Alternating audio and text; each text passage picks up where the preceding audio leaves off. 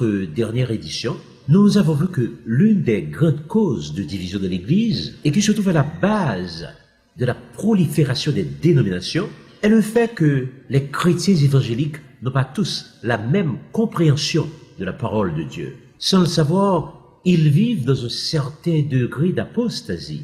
Pour un nombre important d'entre eux, l'Ancien Testament est frappé de caducité. Et le chrétien n'est plus tenu d'observer la loi. Et pour bien asseoir leur point de vue, ils utilisent principalement, comme argument massu, les épîtres de Paul. À la lumière de la Bible, est-il possible d'utiliser les écrits de Paul pour déclarer la caducité de l'Ancien Testament? Pour dire que les chrétiens n'ont plus rien à faire avec la première partie des Saintes Écritures? Bref, Paul est une paria. Salutations à tous, je suis Charles-Henri Pierre. Quand on examine les écrits de Paul, on est bien tenté en effet de conclure que l'Ancien Testament est mis au rencard. Voyez plutôt ce que disent les antinomistes. Je vous rappelle qu'un antinomiste, c'est quelqu'un qui croit à la caducité de l'Ancien Testament. Selon J. Weil, la première manifestation de l'antinomisme eut lieu à l'époque de Philon d'Alexandrie. Philon est un philosophe juif hellénisé qui est né à Alexandrie vers 20 avant Jésus-Christ et qui est mort vers 45 après Jésus-Christ. Contemporain des débuts de l'ère chrétienne, Philon fut le représentant le plus éminent de l'école philosophique juive d'Alexandrie, une école qui interprétait la Bible selon les catégories hellénistiques. Il entreprit alors de marier la vérité révélée à la vérité du raisonnement humain. Il établit ainsi un pont entre la tradition judéo-chrétienne et la philosophie gréco-romaine, accomplissant ainsi l'union du fer et de l'argile de Daniel 2. Il connut un succès fabuleux. Cela veut dire donc qu'à l'époque de Paul, il y avait déjà deux groupes distincts qui firent leur apparition de le christianisme naissant. Tout d'abord, il y eut le parti des opposants qui se détachèrent des observations rituelles ou cérémonielles, telles que le sabbat, la circoncision, les interdictions alimentaires, qu'on interprétait désormais au figuré à la lumière de la philosophie gréco-romaine. D'autre part, il y avait le parti des orthodoxes, qui a su garder la fidélité à l'esprit et à la lettre de la loi. J. Weil, le judaïsme, 1931, page 72. Cette division des chrétiens en deux groupes fit donc son chemin jusqu'au XVIe siècle, où Martin Luther et d'autres théologiens protestants du XVIe siècle critiquèrent ces courants théologiques issus de la tradition gréco-romaine qui détournait de son sens la conception de justification par la foi en s'opposant maintenant à toute notion d'autorité ou de loi. Le terme antinomiste, qui fut alors utilisé pour désigner ce courant théologique, affirma que l'obéissance n'est plus nécessaire au salut. L'antinomisme rejeta à la fois la loi de Moïse, les commandements de la Bible, ensuite la loi éthique, c'est-à-dire la distinction du bien et du mal, et également la loi cérémoniale, c'est-à-dire les cultes, les rites, la loi sociale, c'est-à-dire les traditions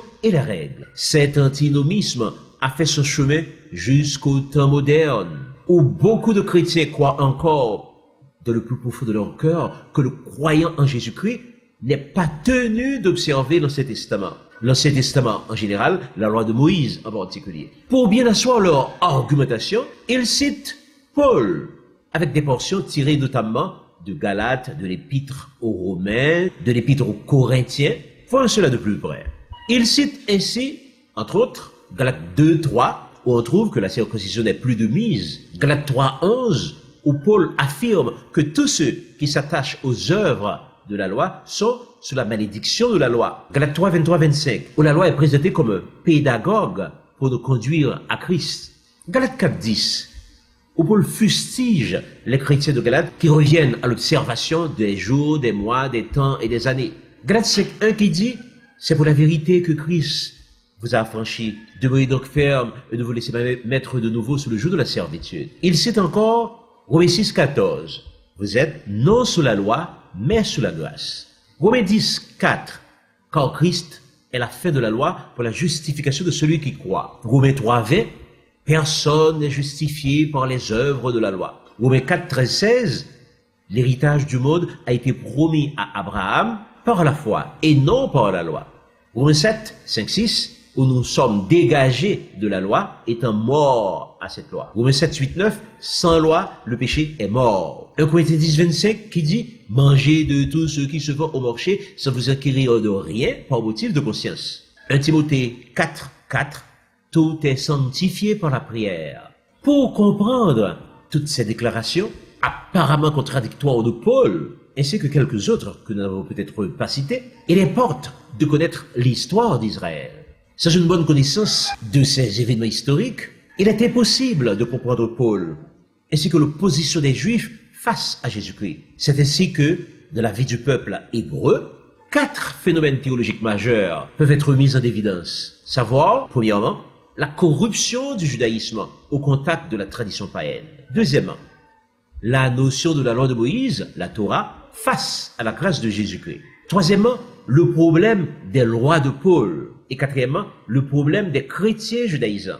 Le premier phénomène théologique qu'il convient d'adresser est la corruption du judaïsme au contact de la tradition païenne. En effet, depuis les premiers vagissements du peuple hébreu dans le désert, après la sortie d'Égypte, jusqu'à la période exilique, après la mort de Salomon, le judaïsme était un bloc monolithique sur la roulette du Dieu d'Abraham, d'Isaac et de Jacob. Après lui avoir donné ses lois, ses commandements, ses ordonnances, Dieu marcha avec son peuple, le protégea, le bénit. Par-dessus tout, c'est Dieu qui s'occupa de l'interprétation de la loi.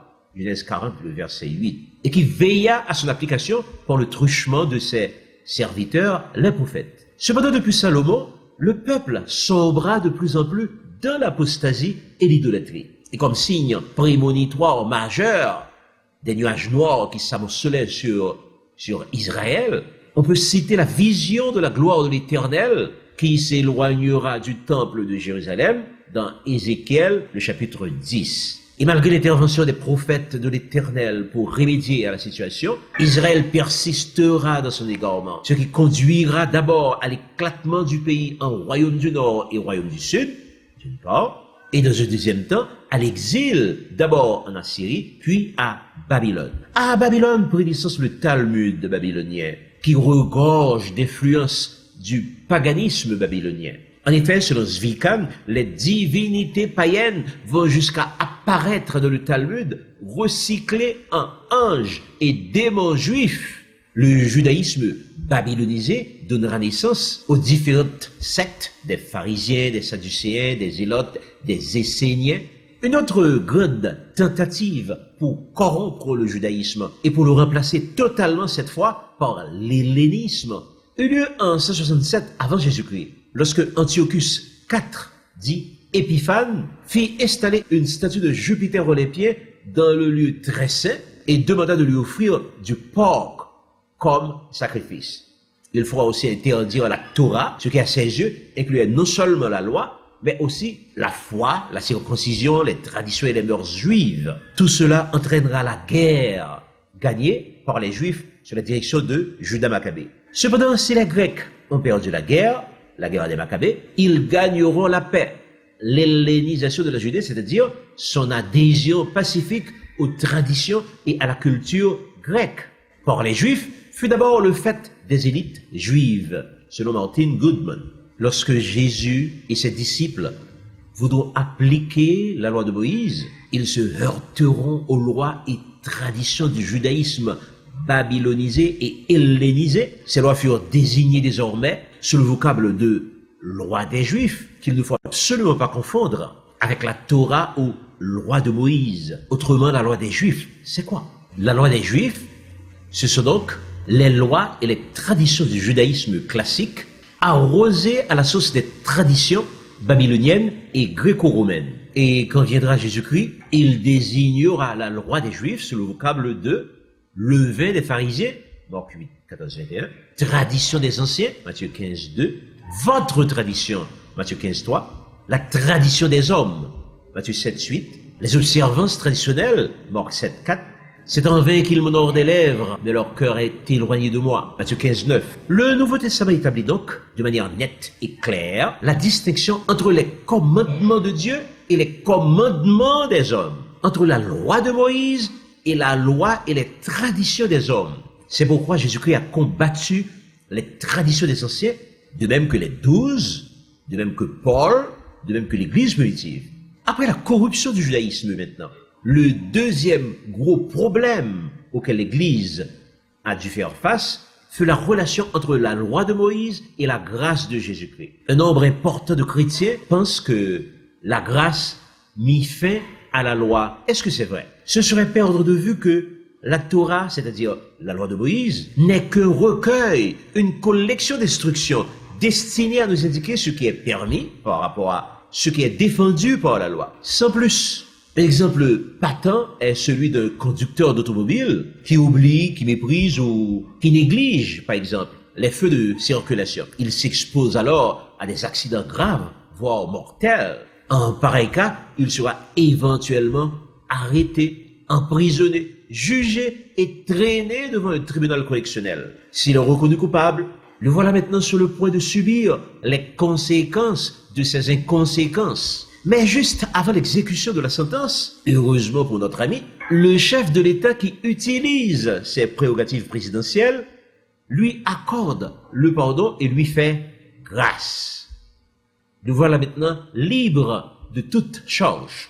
Imaginez maintenant notre ami qui, quelque temps plus tard, revient sur les lieux, viole à nouveau les feux de circulation, sous le fallacieux prétexte qu'il est sur la grâce, non sous la loi. Il souhaite alors un véritable malappris, un véritable récidiviste, susceptible d'écoper d'une sanction, cette fois beaucoup plus lourde que la première. Et c'est exactement ce qui se passe dans l'Église, où l'on trouve des gens qui pensent qu'ils ne sont plus sous la loi, mais sous la grâce. Ils ne se rendent pas compte que l'un n'exclut pas l'autre, car ce sont les coupables qui ont besoin de grâce. Quelqu'un qui n'est pas coupable, quelqu'un qui n'est coupable de rien, n'a que faire de la grâce. C'est ce que Paul exprimera en ces termes. Annulons-nous donc la loi par la grâce? Loin de là. Au contraire, nous confirmons la loi. Romains 3:31. Donc, l'un n'exclut pas l'autre. La troisième pierre d'achoppement confrontée par le chrétien exposé au problème de la loi dans le Nouveau Testament est celui des lois de Paul, radicalement distinctes des lois des Juifs ou de la Torah. En effet, dans Romains 3:31, dans Romains 7:22-25, entre autres, Paul distingue la loi de Dieu. Dans Romains 7:23-25, il parle de la loi du péché. Dans Romains 8, verset 2, il parle de la loi du péché et de la mort. Dans Romains 8, le verset 2, il fait mention de la loi de l'esprit de vie. Romains 3:27 fait état de la loi de la foi. Dans Romains 9:31, Paul parle de la loi de justice. Dans 1 Corinthiens 9:21, il développe la loi de Christ. Maintenant, quand Paul dit que nous ne sommes plus sous la loi, mais sous la grâce, fait-il allusion à la loi de Moïse? À la Torah, dans les psaumes 19 et 119, disait déjà que la loi est parfaite, sainte, éternelle? Certainement pas. Est-ce que Paul nous met en garde alors contre la loi de Dieu? Il n'oserait pas, sinon il serait un disciple de Lucifer. Fait-il allusion à la loi de Christ? Est possible, car Jean 3:36 est formel, qui nous rappelle que celui qui a le Christ a la vie éternelle, et celui qui n'a pas le Christ ne verra point la vie. Parle-t-il alors de la loi de l'esprit de vie?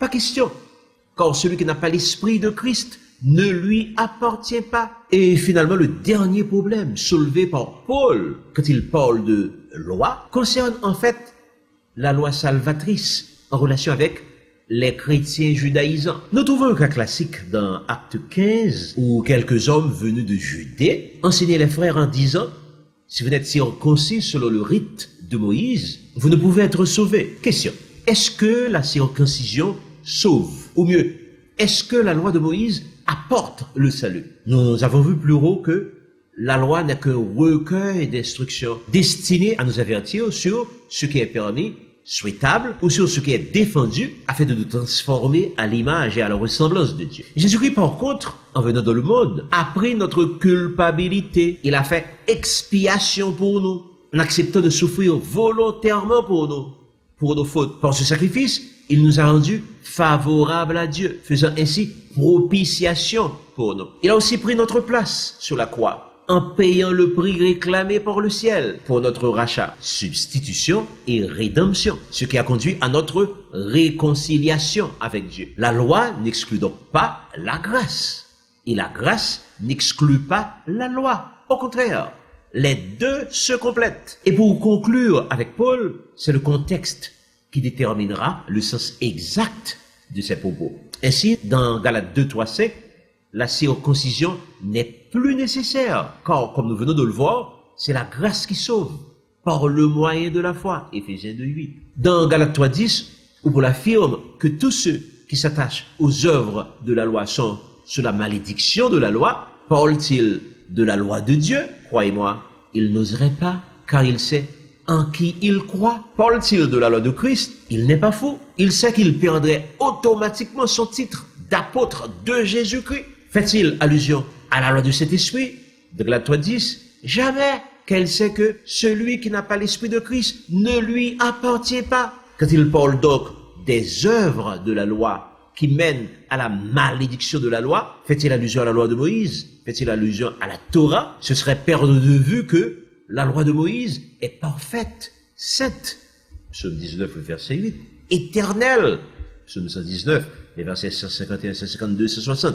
Donc, de Galates 3:10, Paul parlait probablement de la loi des Juifs, qui était radicalement différente de la loi de Moïse, et à cause de laquelle les Juifs étaient violemment opposés à Jésus-Christ, aux apôtres et à Paul lui-même. Dans Galates 4:10, Paul écrit: vous observez les jours, les mois, les temps, les années. Je crains d'avoir travaillé inutilement pour vous. Même idée dans Colossiens 2, verset 16, où l'apôtre écrit que nul ne vous juge désormais au sujet du boire, du manger, ou d'une fête, d'une nouvelle lune, ou de sabbat. La plupart des chrétiens se basent sur ces portions pour conclure qu'ils sont libres désormais d'observer les jours, les mois, les temps, les années de leur choix. Mais est-ce qu'ils ont raison de penser de la sorte? La vérité est que Paul n'avait pas du tout les chrétiens en tête lorsqu'il parlait comme ça. En tant qu'apôtre des païens, il était plutôt fier des conversions qu'il avait obtenues un peu partout, particulièrement en Galatie, à Colosse,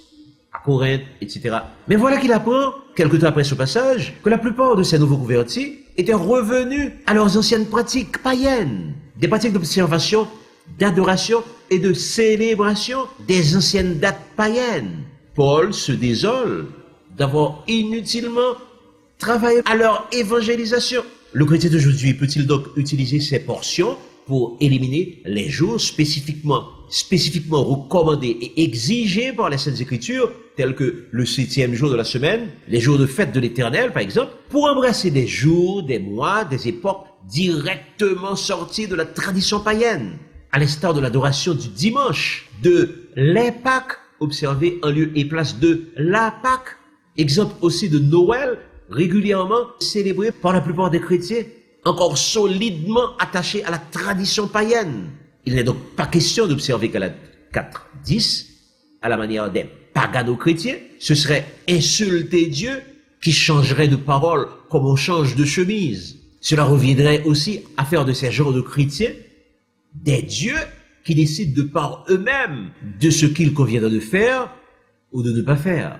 Ce qui équivaudrait certainement à retomber dans l'apostasie et l'idolâtrie. Car ces nouveaux jours d'adoration ou de célébration n'existent nulle part dans toute la Bible. Ils appartiennent en fait à d'autres dieux, à d'autres traditions païennes. D'autre part, première portion difficile de Paul, nous voulons citer également 1 Corinthiens 10, 25, qui dit: mangez de tout ce qui se vend au marché sans vous enquérir de rien par motif de conscience. Comment comprendre cette déclaration? Le chrétien est-il libre désormais de manger pratiquement de tout ce qui se vend au marché, comme les viandes de porc, de chien, de rat, de couleuvre, de lambis, etc. Ce serait mettre Paul en contradiction directe avec Dieu, l'auteur de Lévitique 11 et de toute la loi de Moïse. Ce serait le mettre aussi en contradiction avec la totalité des apôtres, y compris Paul lui-même, qui a parfaitement observé la loi. Et c'est dans Acte 2, le verset 1er, nous voyons les apôtres réunis pour célébrer la Pentecôte, l'une des fêtes de l'Éternel de Lévitique 23. Dans Acte 10, nous voyons Pierre déclarer fermement, en 3 circonstances, en 3 fois, il a déclaré n'avoir jamais mangé rien d'impur de toute sa vie. Acte 13, Acte 17, Acte 18 présentent les apôtres qui observent régulièrement le sabbat. Dans Acte 21, le 24, et Acte 24, le verset 14, nous trouvons Paul qui se défend énergiquement d'enseigner contre la loi et qui, à Jérusalem, prend des mesures pour se conformer strictement aux exigences de la loi.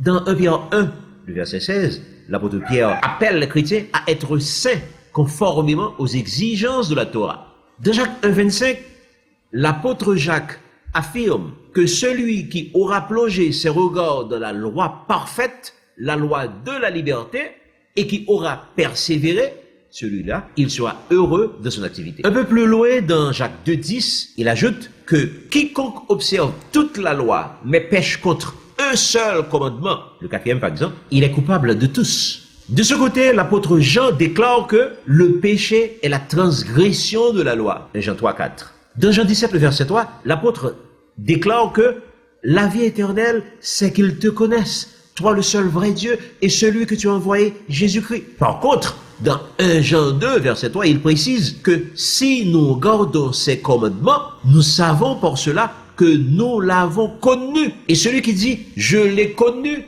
et que ne garde pas ses commandements est un menteur. Et la vérité n'est point en lui. Pour l'apôtre Jean, donc, la vie éternelle, c'est connaître Dieu. Et connaître Dieu, c'est garder ses commandements. L'évangéliste Matthieu dit à peu près la même chose. Dans Matthieu 22, 37, 39, nous apprenons que le plus grand commandement est d'aimer Dieu de tout son cœur, de toute son âme, de toute sa force et de toutes ses pensées, comme dans Deutéronome 6.5. Or, l'amour de Dieu consiste à garder ses commandements. Et Jean 5, le verset 3. Que signifie alors aimer son prochain comme soi-même? C'est 1 Jean 5, le verset 2 qui répond, nous connaissons que nous aimons les enfants de Dieu lorsque nous aimons Dieu et que nous pratiquons ses commandements. Jean, l'apôtre de l'amour, est donc clair.